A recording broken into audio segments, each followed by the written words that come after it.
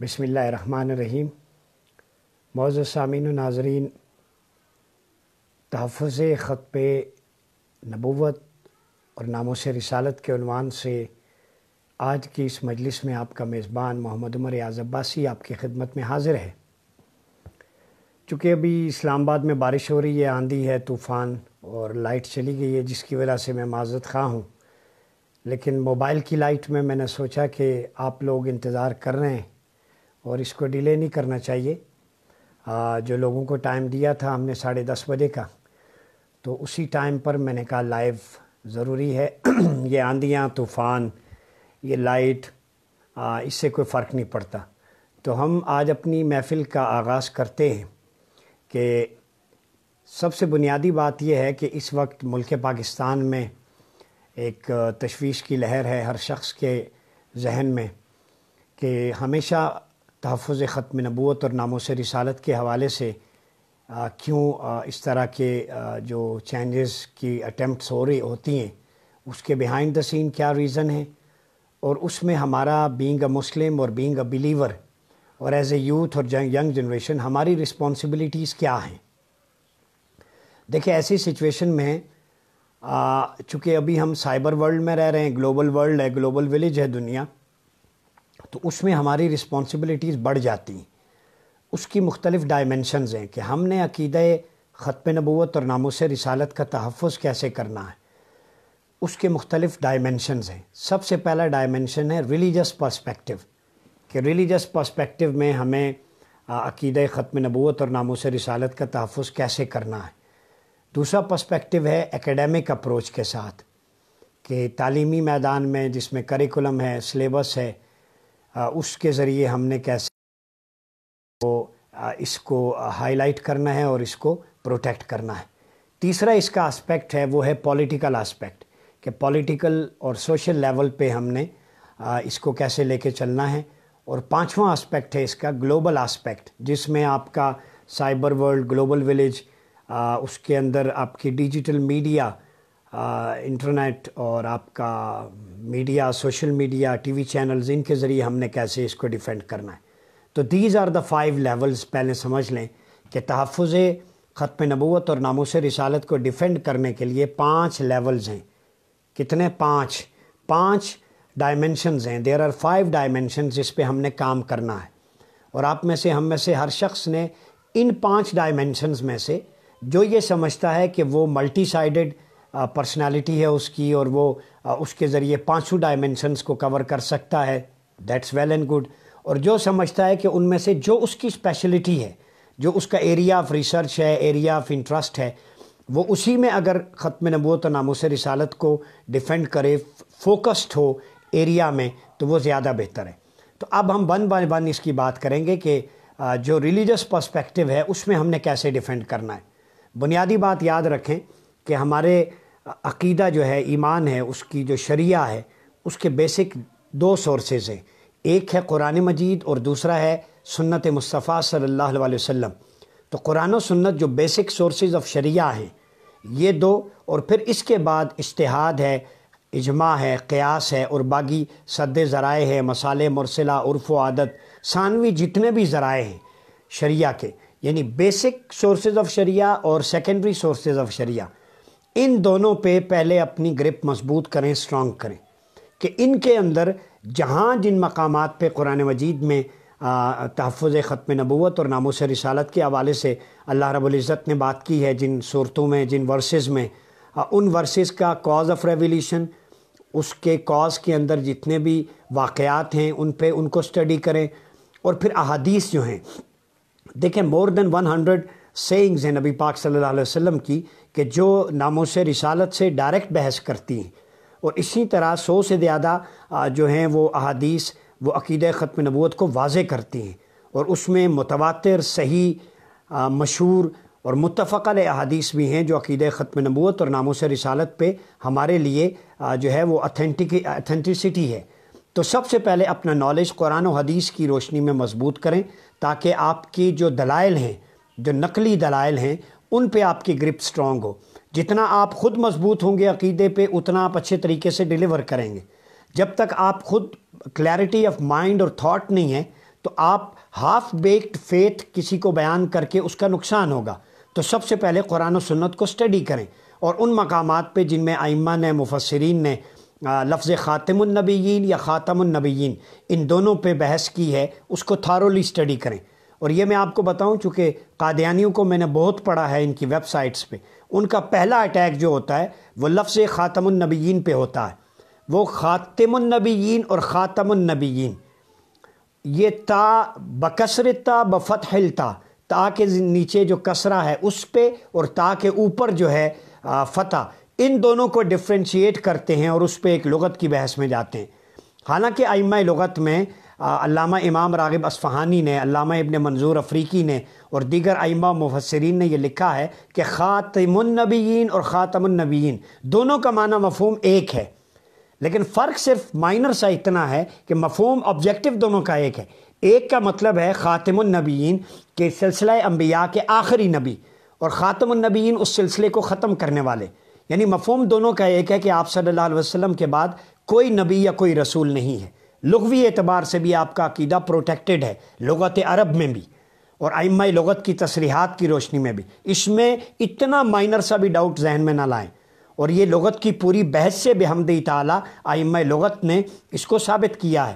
اب جو قادیانی اٹیک کرتے ہیں اس بحث میں الجھا کے، وہ اپنی تصریحات دیتے ہیں، اس میں ائمہ لغت کا کوئی حوالہ نہیں ہے اور کوئی دلیل نہیں ہے.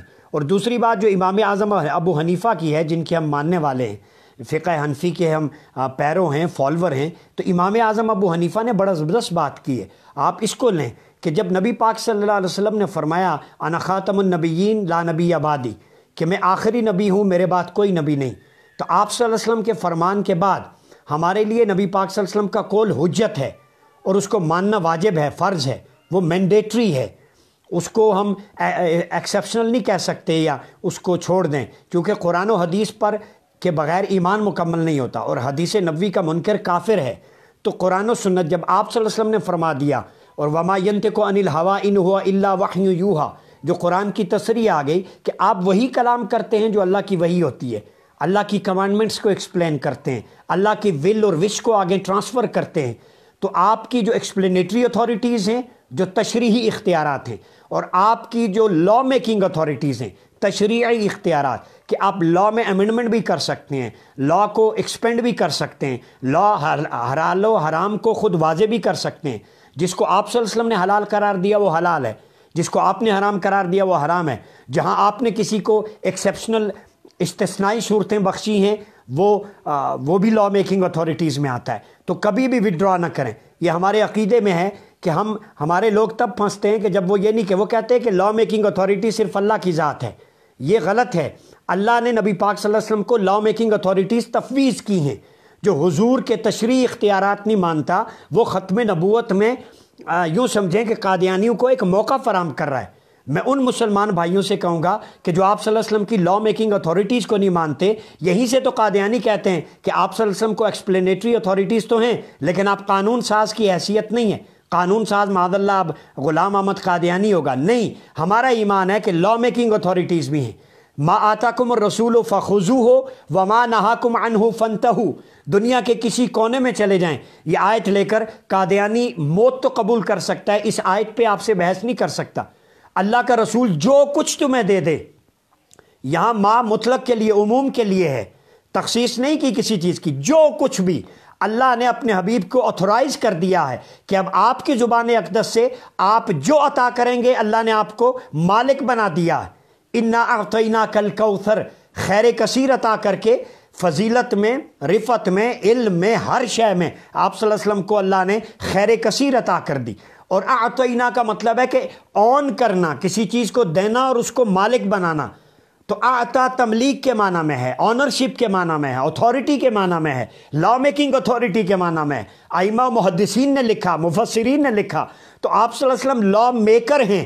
اب کائنات کا سب سے آخری لا میکر نبی اور رسول کی حیثیت سے وہ تاجدار ختم نبوت ہیں. لہذا پہلے ان کو لا میکنگ اتھارٹیز آپ صلی اللہ علیہ وسلم نے جو عطا کی ہیں وہ ماننا ہوگا. ایکسپلینیٹری اتھارٹیز بھی قرآن نے بیان کی، لِتُبَيِّنَ لِلنَّاسِ، کہ جو آپ نے اپنی حدیث اور سنت کے ذریعے اس کو ایکسپلین کر دیا، وہی ہمارے لیے حجت ہے. تو امام اعظم ابو حنیفہ کا یہ قول یاد رکھیں کہ جب آپ صلی اللہ علیہ وسلم کی دونوں اتھارٹیز ہمارے لیے جو ہے وہ واجب ہیں، اور وہیں سے ہمارے احکام کی، وہیں سے ہماری شریعت اور عقائد کی جو ہے مبادیات کا اصول طے ہوتا ہے، تو آپ صلی اللہ علیہ وسلم نے جب فرما دیا کہ میں آخری نبی ہوں، میرے بعد کوئی نبی نہیں، تو ہمیں حضور کے قول کا اعتبار کرنا ہمارے اوپر واجب ہے۔ نہیں کریں گے تو ہم اس شخص کوئی دائرہ اسلام سے خارج ہو جاتا ہے۔ تو جب حضور نے کہہ دیا میں آخری نبی ہوں اور میرے بعد کوئی نبی نہیں، تو اس کے بعد اگر کوئی شخص جھوٹے نبی سے اس کی نبوت کی دلیل طلب کرتا ہے تو وہ بھی کافر ہو جاتا ہے۔ سبحان اللہ، کتنی خوبصورت بات! اس لیے کہ جب آپ کسی سے دلیل طلب کرتے ہیں اس کی جھوٹی نبوت کی اور اس کے جھوٹے نبی ہونے کے لیے، تو اس کا مطلب ہے آپ نے حضور کے فرمان کو نہیں مانا۔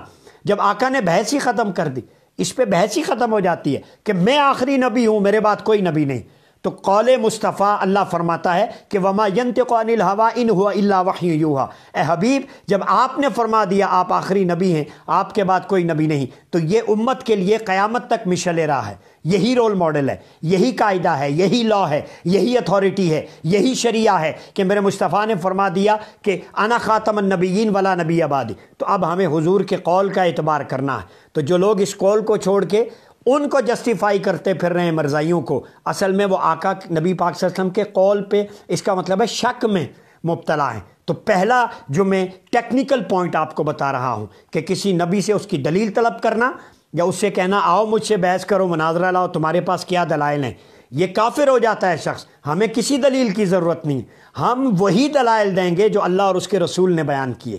ہم دلیل طلب نہیں کریں گے، ہم اپنی دلیل دیں گے۔ اس سے طلب کرنے کا مطلب ہے کہ ہم اپنے مقدمے سے وڈرا کر رہے ہیں۔ قادیانیوں سے دلیل طلب کرنے سے مراد یہ ہے کہ ہم نبی پاک صلی اللہ علیہ وسلم کے قول سے معاذ اللہ پھر رہے ہیں، تو ہم ان سے دلیل طلب ہی نہیں کر رہے، ہم اصلاح کی دعوت دے رہے ہیں کہ ہمارے نبی نے فیصلہ کر دیا، آؤ یہ حجت ہے ہمارے لیے۔ تو پہلا ڈاکٹرائن جو میں آپ لوگوں سے، نوجوانوں سے، آپ سننے والوں سے کہوں گا کہ کبھی بھی قادیانیوں سے دلیل طلب نہ کریں، وہ ایک جھوٹ ہے، تو جھوٹے سے کیا دلیل طلب کرنی ہے؟ دلیل تو سچ کی ہوتی ہے، سچے سے طلب کی جاتی ہے، یہ تو اللہ کی سنت ہے کہ جھوٹوں سے کوئی دلیل نہیں ہوتی۔ اللہ نے جب یہود و نصارہ کو سورہ بقرہ میں آپ دیکھیں کہ ان کے عقائد بیان کیے، پھر ان کا رد کیا، اور ان کا رد، ان کے عقائد باطلہ بیان کرنے کے بعد ان کا رد کر کے انہیں ان کا سٹیٹس دیا۔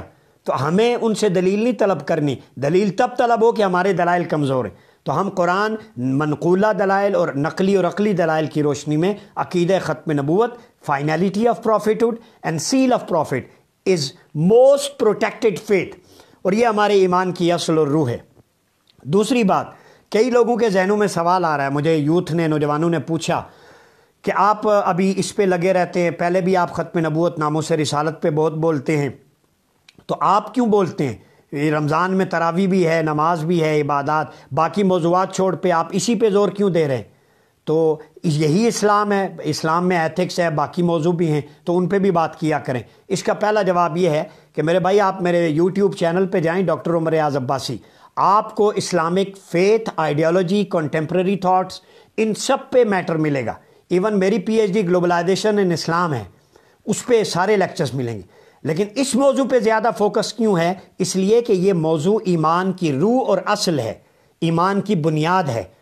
آپ عمارت کھڑی کرتے ہیں اور آپ کروڑ روپیہ اس پہ لگا دیتے ہیں، لیکن اس کے جو پلرز ہیں، اس کے جو ستون ہیں، اس پہ آپ سیمنٹ سریا کم ڈالتے ہیں، وہ ڈیوریبل نہیں ہے، اور آپ لالچ میں آ کے کہتے ہیں پلر ضرورت نہیں ہے اتنے، تو جتنی آندھی آئے گی وہ آپ کی کھڑکیاں، دروازے، رنگ و روغن 1 کروڑ روپیہ نہیں دیکھے گی، وہ اس کو بہا کے لے جائے گی۔ تو اسی طرح دین اسلام کی جو عمارت ہے، وہ عمارت، اس کا نام نماز، روزہ، حج، زکوٰۃ، 5 pillars of Islam, 6 pillars of ایمان، یہ 5 ارکان اسلام، 5 ارکان ایمان، یہ پوری کی پوری عمارت ہے۔ لیکن یہ عمارت جن ستونوں پہ کھڑی ہے، یہ 2 ستون ہیں، یہ 2 ستون جتنے مضبوط ہوں گے اتنی عمارت مضبوط ہوگی۔ تو آپ جتنا اپنے عقیدے کو سٹرونگ کریں گے اتنا آپ کا بیلیف سٹرونگ ہوگا۔ آپ جب زمین میں بیج ڈالتے ہیں تو بیج بنیاد ہے، بیج خالص نہ ہو، زمین جتنی بھی جو ہے وہ زرخیز ہو، پانی آپ جتنا دیں، رکھوالی کریں، پھر پھل جب نکلے آپ کہیں یار یہ تو کڑوا ہے، او بھائی جان بیج خالص ڈالنا تھا۔ شریعت مطہرہ کی زمین اس وقت تک بارآور پھل نہیں دے سکتی، تو شریعت کی زمین اس وقت تک پھل نہیں دے سکتی جب تک ختم نبوت اور ناموس رسالت کا خالص بیج اس میں شامل نہیں ہوگا۔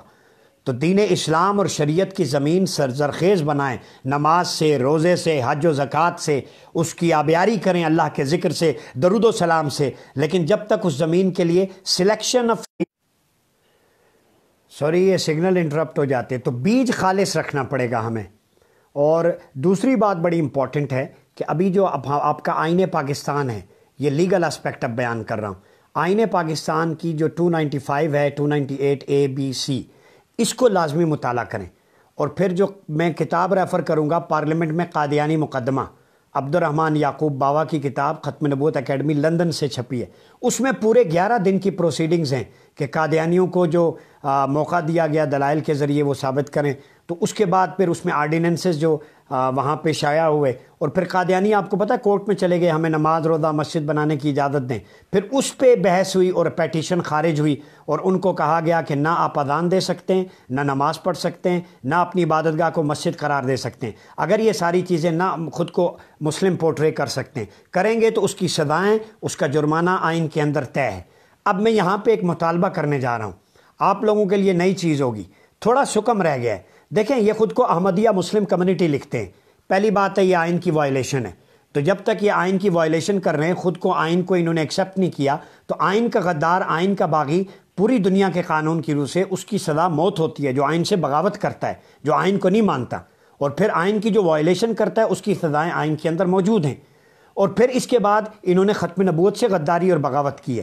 تو جب ریاست کے پوری دنیا کا اصول ہے کہ آئین سے بغاوت کرنے کی سزا موت ہے، تو پاکستان جیسی کروڑوں ریاستیں تاجدار ختم نبوت کی ناموس پر قربان، تو جب منشیات فروشی پہ سزا موت ہے، چھوٹے چھوٹے قوانین پہ، یہ ویسٹرن لا کی بات کر رہا ہوں، تو پھر جن کی وجہ سے ہمیں یہ قانون ملا، ریاست ملی، جن کی وجہ سے زندگی عطا ہوئی، جو وجہ تخلیق کائنات ہیں، کیوں نہیں کہ ان کی بارگاہ میں کوئی جسارت کرتا ہے ناپاک تو اس کی سزا بھی موت ہونی چاہیے، یہ بھی قانون میں موجود ہے۔ تو اب ہمیں قانون کا دفاع ایک تو یہ کرنا ہے کہ دنیا میں یہ اپنے آپ کو احمدیہ مسلم کمیونٹی پورٹرے کرتے ہیں، یہ غلط ہے۔ سائبر کرائم بل 2016 آپ کا ایکٹیویٹ ہے، اس کے تحت ان کی ساری ویب سائٹس بلاک کریں۔ قادیانی جو لٹریچر کے ذریعے ہمارے قرآن کی ٹرانسلیشنز کے ذریعے نوجوان نسل کو گمراہ کر رہے ہیں، سائبر کرائم بل 2016 کے تحت ان کی ساری ویب سائٹس کو بلاک کیا جائے، ان کے خلاف قانونی کارروائی کی جائے۔ دوسرا، کیونکہ قانون تو ہے لیکن قانون ایکٹیویٹ نہیں ہے، قانون پہ امپلیمنٹیشن نہیں ہو رہا، ہم یہ مطالبہ کر رہے ہیں، اور یہ آپ لوگوں کو اویئرنس دے رہا ہوں، ہمارا ایمان کا مسئلہ ہے، ہماری روح کا مسئلہ ہے، اس پہ ہم چپ نہیں رہ سکتے۔ تو جہاں جہاں ان کی ویب سائٹس ہیں، islam.org ہے، ربوہ ٹائمز ہے، ابھی یہ تراویح دیگر ٹرانسمیشن، وہ مرزا مسرور وہ وہاں سے لوگوں کو سیٹلائٹ کے ذریعے کمیونیکیٹ کر کے جو ہے وہ ان کو گمراہ کر رہا ہے۔ تو یہ سارا سائبر کرائم بل پاکستان کا 2016 میں نے پورا اس کو اسٹڈی کیا ہے، اس کے تحت ان کی ویب سائٹس پہ PTA پاکستان ٹیلی کام اتھارٹی کے تحت بلاک کیا جائے، قانونی کارروائی کی جائے۔ اگر قانون حرکت میں نہیں آتا تو پھر آپ ہمیں کہتے ہیں آپ جذباتی ہیں، بھائی جب قانون بھی نہیں ایکٹیویٹ ہوگا، ہم تو آپ کو یہی یاد دلا رہے ہیں، ہم تو گورنمنٹ کو بھی یہی کہہ رہے ہیں، سپریم کورٹ کو یہی کہہ رہے ہیں، مؤدبانہ گزارش کر رہے ہیں کہ جب آپ قانون پہ امپلیمنٹ کریں گے تو پھر ہمیں بولنے کا موقع ہی نہیں ملے گا۔ تو آپ ہمیں بولنے کا موقع تب دیتے ہیں بھائی جان کہ جب آپ قانون کو امپلیمنٹ نہیں کرتے، جب آپ گستاخ رسول کے خلاف ایکشن نہیں لیتے، جب آپ ایسی ہیٹ سپیچ کے خلاف ایکشن نہیں لیتے۔ آپ کسی چھوٹے کرائم کے خلاف سائبر کرائم بل تو ایکٹیویٹ ہو جاتا ہے، لیکن جب قادیانی نبی پاک صلی اللہ علیہ وسلم کی بارگاہ میں ختم نبوت پہ حملہ آور ہوں، جب کوئی نبی پاک صلی اللہ علیہ وسلم کی ازواج مطہرات پہ، صحابہ و اہل بیت پہ، آپ کی ذات پہ دشنام ترازی کرے، وہاں آپ کا سائبر بل خاموش ہو جاتا ہے، وہاں گرفتاریاں نہیں ہوتی، وہاں کوئی قادیانی یا ملحد یا ملعون اریسٹ نہیں ہوتا، وہ چپکے سے یا باہر بھیج دیے جاتے ہیں یا ان کے خلاف کارروائی نہیں ہوتی۔ تو ظاہر ہے as a representative, as a citizen of Pakistan اور ایز اے ٹیکس پیئر یہ میرا حق بنتا ہے کہ میں آپ سے سوال کروں، اور یہ میرے فرائض میں سے بھی ہے کہ بھائی میں ٹیکس دیتا ہوں، میں اس ملک کا شہری ہوں، مجھے سٹیزن شپ آنرشپ ہے، تو میں کیوں نہ پوچھوں اپنی معزز عدلیہ سے، گورنمنٹ سے، ہر اتھارٹی سے کہ آپ ان کے خلاف قانون ایکٹیویٹ کیوں نہیں کرتے؟ آپ سمپل سی بات ہے، قانون سب کے لیے، نو ون از ابو دی لا۔ جب آپ کہتے ہیں every one is equal before the law, تو قادیانی بھی اس میں آتے ہیں، تو ان کو بھی قانون ان پہ بھی لاگو کریں، چاہے وہ سائبر کرائم پہ ہو، نیچے ہو، ہر لحاظ سے ہو۔ تو پھر ہم آپ کو جواز ہی ہمیں نہیں ملے گا بولنے کا، ہم تو آپ کو یاد دلا رہے ہیں، آپ کی ہیلپ کرنا چاہتے ہیں۔ تو اس لیے سائبر کرائم بل کے تحت ان کی جو ہے وہ جتنی بھی ویب سائٹس ہیں، لٹریچر ہے، اس کو بلاک کیا جائے۔ تیسری عام بات، اس پہ ذرا توجہ رکھیے گا کہ یہ خود کو لکھتے ہیں احمدیہ، یہ غلط ہے۔ قرآن مجید میں جو آپ صلی اللہ علیہ وسلم کے لیے لفظ احمد آیا ہے عیسیٰ علیہ السلام کی زبانی کہ مبشرم برسول یاتی من بعد اسمہ احمد، کہ میرے بعد جو رسول آئے گا اس کی خوشخبری دے رہا ہوں، اس کا نام احمد ہے۔ تو ائمہ کی تفسیر اور احادیث کی روشنی میں وہاں احمد سے مراد احمد مجتبیٰ محمد مصطفیٰ صلی اللہ علیہ وسلم ہے، جبکہ یہ اس آیت کو لے کے مرزا غلام احمد قادیانی پہ فٹ کرتے ہیں۔ تو میں یہاں پہ ایک بات کروں گا کہ انہوں نے ہم سے احمد مجتبیٰ کی آئیڈینٹی چھینی ہے، لہذا ہم اپنی ان سے شناخت واپس لینا چاہتے ہیں۔ یہ خود کو قادیانی لکھیں، احمدی نہ لکھیں۔ احمد ہمارے نبی آخری نبی کا نام ہے اور ہم یہ نام نہیں چھیننے دیں گے۔ ہم یہ نام جب تک زندہ ہیں مقدمے لڑیں گے، ہم ہر عدالت میں جائیں گے۔ احمد قرآن و سنت کی روشنی میں نبی پاک صلی اللہ علیہ وسلم کا عرش پر نام احمد ہے، زمین پر محمد ہے صلی اللہ علیہ وسلم۔ تو احمد مجتبیٰ کی نسبت سے آئیڈینٹی اور پھر ختم نبوت پہ حملہ کر کے اس کو غلام احمد قادیانی کی طرف منسوب کرنا، ہم نام احمد کو غلام احمد سے منسوب نہیں ہونے دیں گے۔ یہ ہمارے نبی آخر الزمان کا نام ہے، لہذا ہمارا دوسرا مطالبہ یہ ہے کہ یہ خود کو قادیانی لکھیں اور احمدی سٹیٹس جو ہے یہ ان سے واپس لیا جائے۔ احمد آپ صلی اللہ علیہ وسلم کا عرش پر نام ہے، یہ لاؤڈ اینڈ کلیئر ہونا چاہیے۔ اب اگلی بات میں آپ کو سمجھانا چاہتا ہوں، پوری دنیا میں یہ خود کو احمدیہ مسلم کمیونٹی کے طور پہ پورٹرے کرتے ہیں اور دنیا میں کہتے ہیں جی پاکستان میں ہمیں اقلیتوں کے رائٹس نہیں ہیں۔ تو میں دنیا کو کہتا ہوں کہ آپ ان سے اتنا تو پوچھیں کہ بھائی جان کیا آپ پاکستان کے قانون کو مانتے ہیں؟ وہاں پہ یہ پھنس جائیں گے۔ جب کہیں گے مانتے ہیں تو پھر یہ نان مسلم مائنورٹیز ڈکلیئر ہوتے ہیں اور یہ وہاں پہ ہائر اتھارٹیز میں کہتے ہیں کہ ہم اقلیت ہیں، ہمیں اقلیتوں کے حقوق نہیں مل رہے، اور وہاں کینیڈا، امریکہ، جرمنی میں اپنے اسلامک سینٹرز کے ذریعے نوجوان نسل کو گمراہ کر رہے ہیں۔ تو میں مغرب سے بھی کہوں گا کہ ان کی منافقت کا پردہ ہے، اس کو چاک کریں۔ یہ آپ کو مائنورٹی کہتے ہیں اور آپ کے ملکوں میں بیٹھ کر فنڈ لے کر یہ اسلام اور ختم نبوت پہ حملہ آور ہو کر خود کو مسلمان پورٹرے کر رہے ہیں۔ تو یہ ان کا دورہ معیار ہے، اس کو ہم نے بے نقاب کرنا ہے، پوری دنیا کو بتانا ہے بڑا پولائٹلی کہ یہ کس طرح اسلام اور پیغمبر اسلام کے خلاف کام کر کے اس طرح جو کر رہے ہیں۔ پھر اگلی بات بڑی امپورٹنٹ ہے، وہ یہ ہے کہ ہمارا مطالبہ یہ ہے کہ جو لوگ پچھلی گورنمنٹ میں اور آج بھی اٹیمپٹس بار بار کرتے ہیں، ہمارا کسی سے کوئی جھگڑا نہیں، ہمارا صرف یہ مطالبہ ہے کہ وہ لوگ جو ہر بار ختم نبوت کو چھیڑتے ہیں ذرا ان کے مکروہ چہرے تو دکھا دیں، بات ہمیشہ کے لیے ختم ہو جائے۔ راجہ ظفر اللہ کی رپورٹ پبلک نہیں ہو رہی، آپ کو پتہ ہے نا؟ راجہ ظفر اللہ نے رپورٹ دی تھی کہ جو جو کلپریٹس، بیوروکریٹ، سیاستدان اس میں ملوث ہیں، تو آپ ایک دفعہ ان مجرموں کو سامنے لے آئیں، بھائی قانون کے مطابق انہیں سزا ہو جائے، یہ چیپٹر ہمیشہ کے لیے کلوز ہو جائے گا، کوئی بھی نہیں چھیڑ سکے گا اس قانون کو۔ تو ان لوگوں کو سامنے نہ لانے کا مطلب یہ ہے کہ ریاستی اداروں میں کچھ لوگ ہیں جو ان کی پشت پناہی کر رہے ہیں، وہ بے نقاب ہو گئے تو ظاہر ہے سزا ہو جائے گی، آئندہ کوئی نہیں چھیڑے گا۔ انہیں پروٹیکشن دینے کا مطلب یہ ہے کہ ہر حوالے سے ان کو مطلب چھیڑنے کی بات یہ ہے کہ آپ ان کو پروٹیکٹ کر رہے ہیں تاکہ ہر دور میں اس قانون پہ نقب لگائی جا سکے اور لوگوں کو گمراہ کیا جا سکے۔ لہذا میں یہ سمجھتا ہوں کہ راجہ ظفر اللہ کی رپورٹ بھی پبلک ہو اور اس دور میں جتنے بیوروکریٹس یا جو لوگ اس میں انوالو ہوں، آپ سمپلی رپورٹ پبلک کریں، ہمارا جھگڑا ختم ہو جائے گا۔ تو میں اگلی بات جو کہنا چاہوں گا کہ یہ آزادی رائے کا مفہوم ہے۔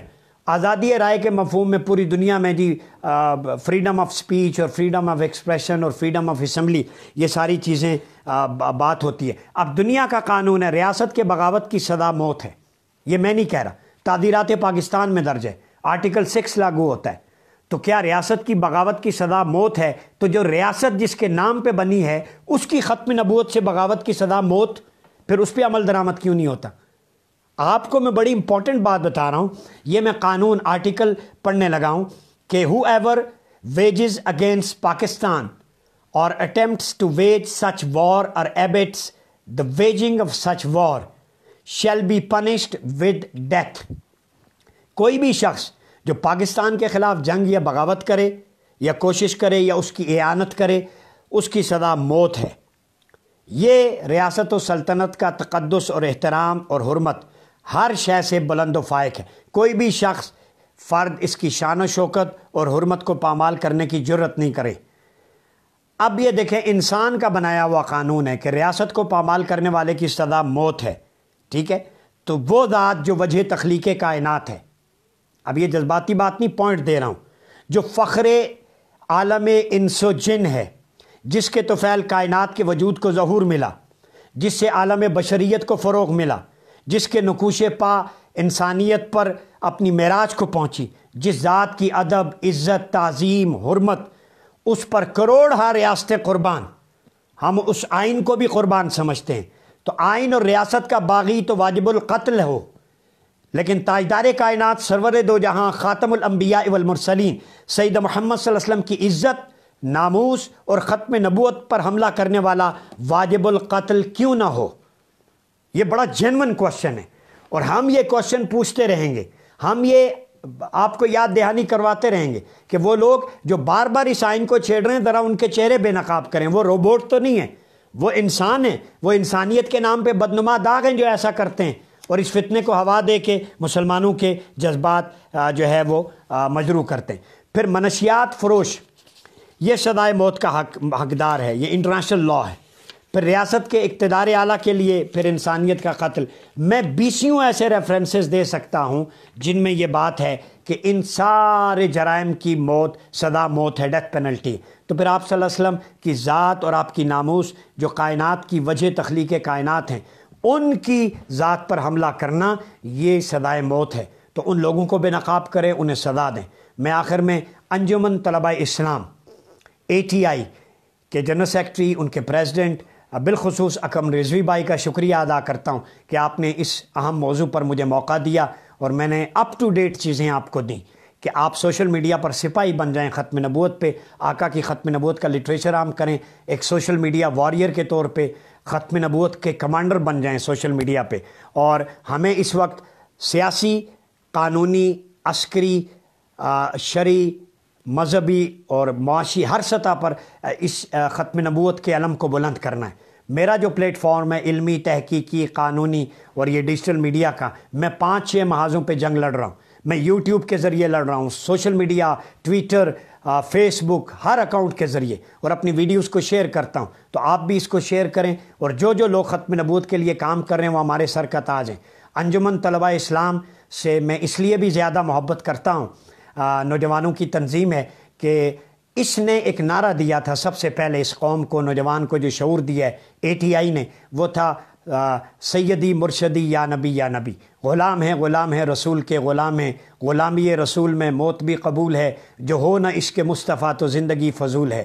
یہ وہ نعرہ ہے جو ہر نوجوان کے دلوں کی دھڑکن ہے، اور ATI کا یہ نعرہ قرآن و حدیث کی روشنی میں ہمارے ایمان کی اصل ہے، روح ہے، اساس ہے۔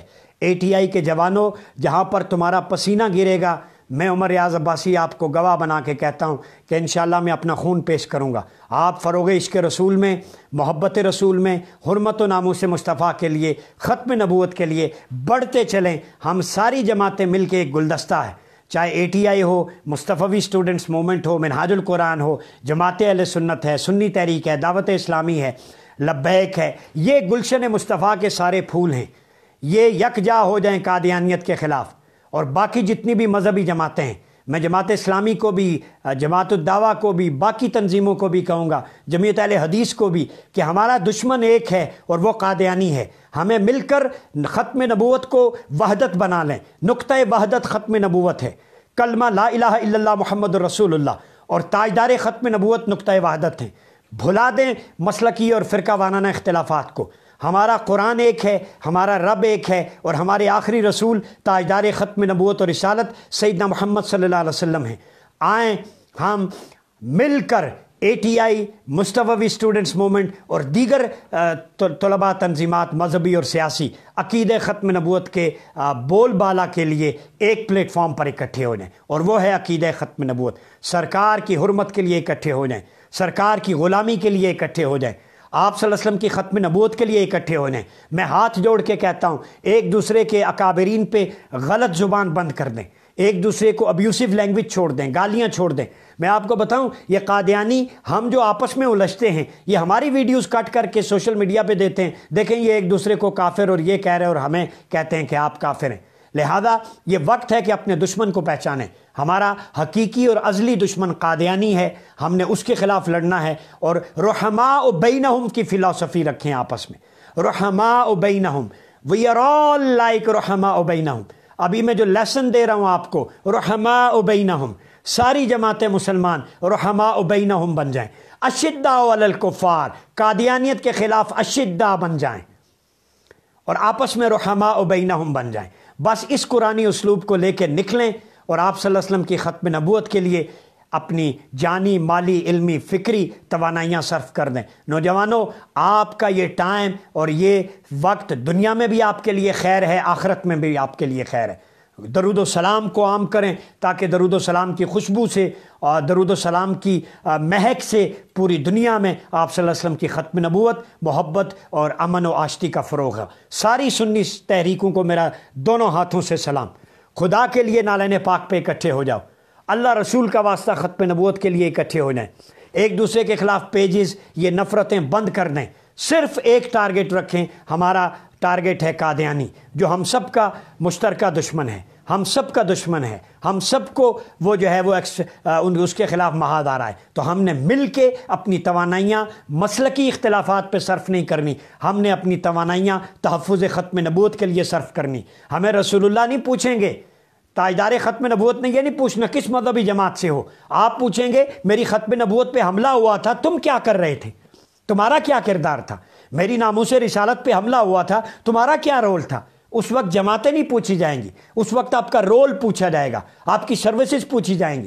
یہ نہیں پوچھا جائے گا کہ یہ پوچھا جائے گا کتنا درود و سلام پڑھا، یہ پوچھا جائے گا کہ مجھ پر کتنے سلام کے گجرے پیش کیے، یہ پوچھا جائے گا کہ میری ختم نبوت کے تحفظ کے لیے علمی، عملی، فکری محاذ پر کتنا کام کیا. پس جو جس حیثیت سے کام کرے گا رسول اللہ کے قرب میں ہوگا. وہ ہر جماعت سے جو بھی ہو، جو بھی کرے، کوئی گناہ گار ہے، کوئی صالح ہے، کوئی سیاسی ہے، مذہبی ہے، اس وقت وہاں پہ آئیڈینٹی نہیں دیکھی جائے گی، اس وقت بحیثیت امت رول دیکھا جائے گا. تو ایز اے امہ، انڈیویجول بھی، امہ بھی، ہمیں اس پہ فوکس رکھنا ہے. الحمدللہ ہم آپ کو جہاں بھی آپ کہیں گے، ATI، MSM، دیگر جتنی بھی تنظیمیں ہیں، سنی فورس ہے، باقی جتنے جوان، ان کے قائدین، آپ جہاں حکم کریں گے یہ عاجز. آپ عدالت میں کہیں گے وہاں حاضر ہے، آپ علمی محاذ پہ کہیں گے وہاں میں حاضر ہوں، آپ فکری محاذ پہ کہیں گے میں سر کے بل عقیدہ ختم نبوت کے لیے چل کے آنے کو تیار ہوں. عقیدہ ختم نبوت کے لیے مجھے رات 2 بجے آپ کال کریں گے میں آؤں گا، مجھے آپ علمی حوالے سے کریں گے میں آؤں گا، ہر پلیٹ فارم پہ دعوت دیں گے، میں ہر شے سے بالاتر ہو کر آقا صلی اللہ علیہ وسلم کی ختم نبوت اور ناموس رسالت کی خاطر ہر جگہ جانے کو تیار ہوں. اور یہ پیغام دے رہا ہوں آپ سب کو، پوری دنیا میں جہاں بیٹھنے والے لوگ ہیں، کہ خدا را ختم نبوت کا تحفظ کریں اور آپ صلی اللہ علیہ وسلم سے تعلق نسبت مضبوط کریں. کثرت درود و سلام پڑھیں. نوجوانوں کو پیغام ہے کہ درود و سلام کا ورد عام کریں، 24 گھنٹے باوضو رہا کریں، درود و سلام پڑھیں، حضور سے تعلق اور نسبت پیدا ہو. جب درود و سلام زیادہ پڑھیں گے تو تعلق ادب اور تعظیم اور نسبت مضبوط ہوگا، اور محبت والا تعلق پیدا کریں. جب ادب اور محبت ہوگی تو عمل پہ آپ کو رغبت پیدا ہوگی چلنے کی. تو سنت پہ اگر عمل کرنا چاہتے ہیں، حضور کے علم کو اور سنتوں کو پھیلانا چاہتے ہیں، تو پہلے با ادب بننا پڑے گا، پہلے محبت کرنی پڑے گی، پہلے درود و سلام پڑھنا پڑے گا. کیونکہ ان اعمال سے جب ذات مصطفیٰ سے تعلق مضبوط ہوگا تو آقا کی ہر ادا سے تعلق خود بخود مضبوط ہوتا چلا جائے گا. من احب شیئا فاکثر ذکرہ، محبوب سے محبت ہو تو اس کی ہر ادا سے محبت ہوتی. تو آقا سے تعلق محبت مضبوط کریں، اس لیے کہ ایمان کی اصل محبت ہے. کوئی شخص اگر کامل الایمان بننا چاہتا ہے تو وہ ادب اور محبت رسول سے بنے گا.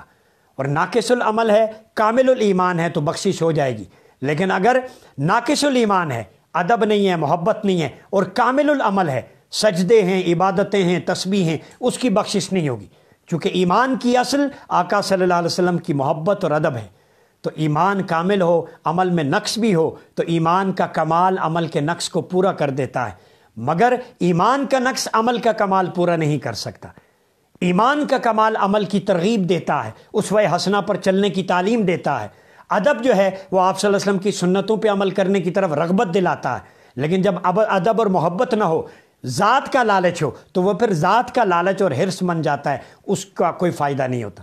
تو اپنی زندگیاں حضور کی ناموس کے لیے، عشق رسول کے لیے وقف کریں، لکھیں، آرٹیکل لکھا کریں، پڑھا کریں، لائبریری سے، کتاب سے تعلق قائم کریں، اور ختم نبوت پر زیادہ جتنا پڑھیں گے لٹریچر، آپ اتنے مضبوط ہوں گے. میں مصطفائی نسبت کے حامل ATI کے تمام نوجوانوں کو، ان کی قیادت کو سلام پیش کرتا ہوں. آپ لوگوں نے اپنے پلیٹ فارم پہ مجھے دعوت دی. حاجی حنیف طیب صاحب، اللہ ان کی توفیقات میں اضافہ فرمائے۔ انہوں نے جو پودا لگایا تھا آج وہ ایک تناور درخت بن چکا ہے۔ میں جمیع اکابرین اہل سنت کو سلام پیش کرتا ہوں، بشمول خواجہ قمر الدین سیالوی، حضور تاجدار گولڑا پیر میر علی شاہ گولوی علیہ رحمہ، حضور نصیر الدین نصیر علیہ رحمہ، اور اسی طرح حضور سیدنا طاہر علاء الدین بغدادی رحمۃ اللہ علیہ، حضور ضیاء الامت پیر کرم شاہ الازہری علیہ رحمہ، حضور علامہ غلام رسول سعیدی رحمہ اللہ، اور اسی طرح جتنے اکابرین اہل سنت، مجاہد ملت مولانا عبدالستار خان نیازی علیہ رحمہ، امام اہل سنت امام شاہ احمد نورانی علیہ رحمہ، اور اسی طرح غزالی زماں علامہ احمد سعید کاظمی علیہ رحمہ، اور جتنے اکابرین شیخ الاسلام ڈاکٹر محمد طاہر القادری، اور جتنے بھی سنی تحریک لبیک کے دیگر جماعتوں کے جتنے قائدین ہیں، سب کے لیے میرا محبت کا، ادب کا اور شفقت کا اور نسبت کا پیغام ہے۔ سب ایک مٹھی ہو جائیں، سنی رحماء بینہم بن جائیں، تب اشداء علی الکفار بنیں گے۔ اللہ اتحاد اہل سنت کے لیے ہمیں کھڑے ہونے کی توفیق دے۔ پیر حسین الدین شاہ صاحب پنڈی والے، اللہ آپ کی عمر دراز کرے، آپ کی توفیقات بلند کرے۔ اسی طرح جناب علامہ پیر سید ریاض حسین شاہ صاحب، آپ ادارہ تعلیمات اسلامیہ بہت اچھا کام کر رہے ہیں۔ یہ سنی ہر کوئی اپنے لیول پہ اپنے حصے کا کام کر رہا ہے، منزل سب کی تاجدار ختم نبوت ہے۔ اپنے اپنے سٹیج پہ کام کرتے رہیں، ایک دوسرے کے دست و بازو بنے، ہر کوئی خوبصورتی سے اچھا اپنا کام کر رہا ہے اپنی کیپیسٹی میں۔ تو جو کام کر رہا ہے، جہاں جس کو ضرورت ہے ایک دوسرے کا ہاتھ بٹائیں۔ یہ نہیں کہنا چاہیے وہ ایسے، ہر کسی کی اللہ نے ڈیوٹی لگائی۔ شیخ الاسلام ڈاکٹر محمد طاہر القادری کی اپنی ڈیوٹی ہے، حضور ضیاء الامت کی اپنی ڈیوٹی تھی، اسی طرح حسین الدین شاہ صاحب، ریاض حسین شاہ صاحب، دیگر گلدستے ہیں سنی تحریک سب کی، امیر اہل سنت الیاس قادری صاحب، دیگر جتنے بھی اپنی اپنی ڈیوٹیز دے رہے ہیں۔ یہ خوشبوئیں پھیلا رہے ہیں آقا کے درود و سلام کی سارے، جہاں سے خوشبو ملے اس پھول کو اپنا لو۔ یہ گلشن مصطفیٰ کا خوبصورت گلدستہ ہے۔ ایک رنگ کے پھول ایک خوشبو دیں گے، ایک کلر ہوگا، ڈیفرنٹ کلرز کے پھول ایک بنچ بنے گا، خوشبوئیں بھی زیادہ ہوں گی، کلرفل بھی ہوگا۔ یہ اہل سنت کی ساری تنظیمیں، یہ گلشن مصطفیٰ کا گلدستہ ہے، سب کی خوشبوئیں الگ الگ ہیں، ممتاز ہیں، نرالی ہیں، سب کا رنگ الگ الگ ہے، لیکن سب گلشن مصطفیٰ سے وابستہ ہے۔ اللہ تعالی ہمیں توفیقات میں اضافہ فرمائے۔ انجمن طلباء اسلام کی ساری قیادت کے لیے دعا گو ہوں، اور اکرم رضوی بھائی کو بالخصوص آخر میں خراج تحسین پیش کرتا ہوں کہ آپ نے مجھے دعوت دی اور اس پیج کے ذریعے عقیدہ ختم نبوت کا شعور اور ناموس رسالت کا شعور بیدار ہوا۔ تو سب سنی جماعتوں کے لیے، سب مسلمانوں کے لیے دعا ہے کہ اللہ تعالیٰ عالم اسلام کو عقیدہ ختم نبوت کے نقطۂ وحدت پر اکٹھا کر دے۔ اپنا بہت خیال رکھیے گا۔ اپنے میزبان ڈاکٹر محمد عمر یاد عباسی کو اسلام آباد لائبریری اسٹوڈیو سے اجازت دیجیے۔ تاجدار ختم نبوت زندہ باد۔